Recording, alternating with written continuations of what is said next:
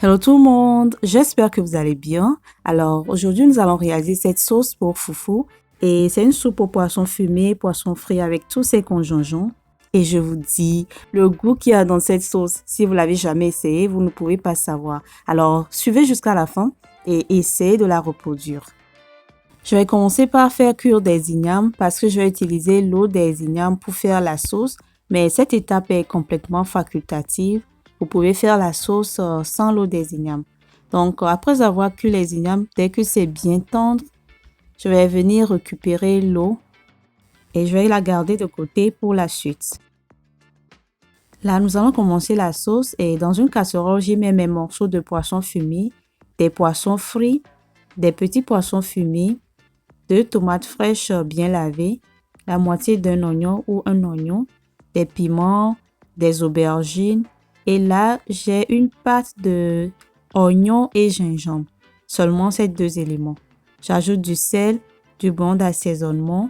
Je vais rajouter l'eau des ignames. C'est pas suffisant, donc je vais compléter avec de l'eau.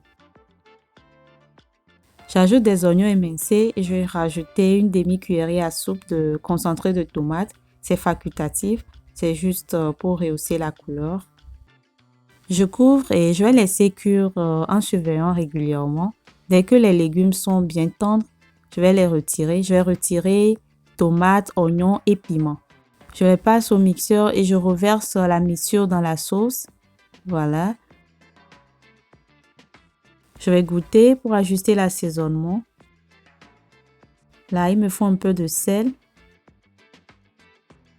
Je vais encore couvrir, laisser mijoter environ 2 à 3 minutes. Je rajoute du poivre noir moulu avec un peu d'eau. Il faut rajouter une petite quantité parce que ça peut rendre la sauce amère. Donc voilà, je mélange bien. Je vais goûter une dernière fois et je vais rajouter de l'oignon, des piments pour bien parfumer ma sauce. Et je vais encore laisser mijoter 1 à 2 minutes et ma sauce est toute prête.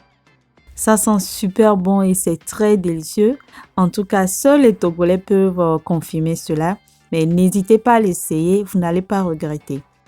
Généralement, nous l'accompagnons avec du foufou, mais ça peut aussi bien être accompagné du riz blanc. Je vous assure, si vous l'avez jamais essayé, essayez avec du riz blanc le lendemain. Vous allez en témoigner. Voilà, nous sommes arrivés à la fin de la recette. Merci d'avoir suivi. N'oubliez pas de liker, commenter, partager et abonnez-vous à la chaîne si ce n'est pas encore fait. Je vous dis à la prochaine et d'ici là, portez-vous bien. Bye bye.